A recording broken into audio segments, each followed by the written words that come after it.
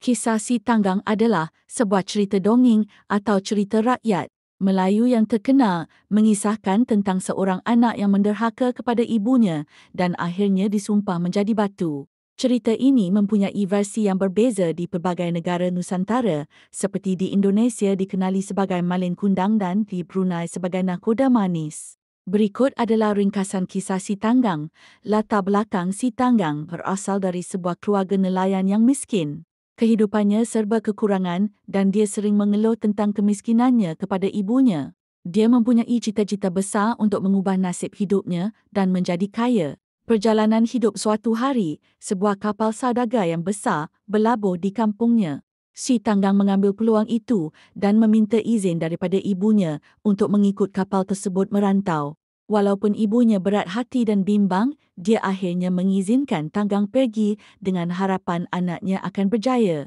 Di perantauan, Tanggang bekerja keras dan menggunakan kepintarannya sehingga berjaya menjadi seorang saudagar yang kaya raya. Dia memiliki banyak kapal dan harta serta mengahwini seorang wanita yang cantik. Derhaka dan sumpahan bertahun-tahun kemudian, Si Tanggang yang kini bergelar nakhoda besar kembali ke kampung halamannya. Ibunya yang sudah tua dan uzur mendengar berita kepulangan anaknya bergegas ke jeti untuk menemuinya dengan penuh rasa rindu dan gembira. Namun apabila ibunya memanggilnya anakku Tanggang, Tanggang berasa malu untuk mengakui wanita tua dan miskin itu sebagai ibunya di hadapan isteri dan anak buah kapalnya.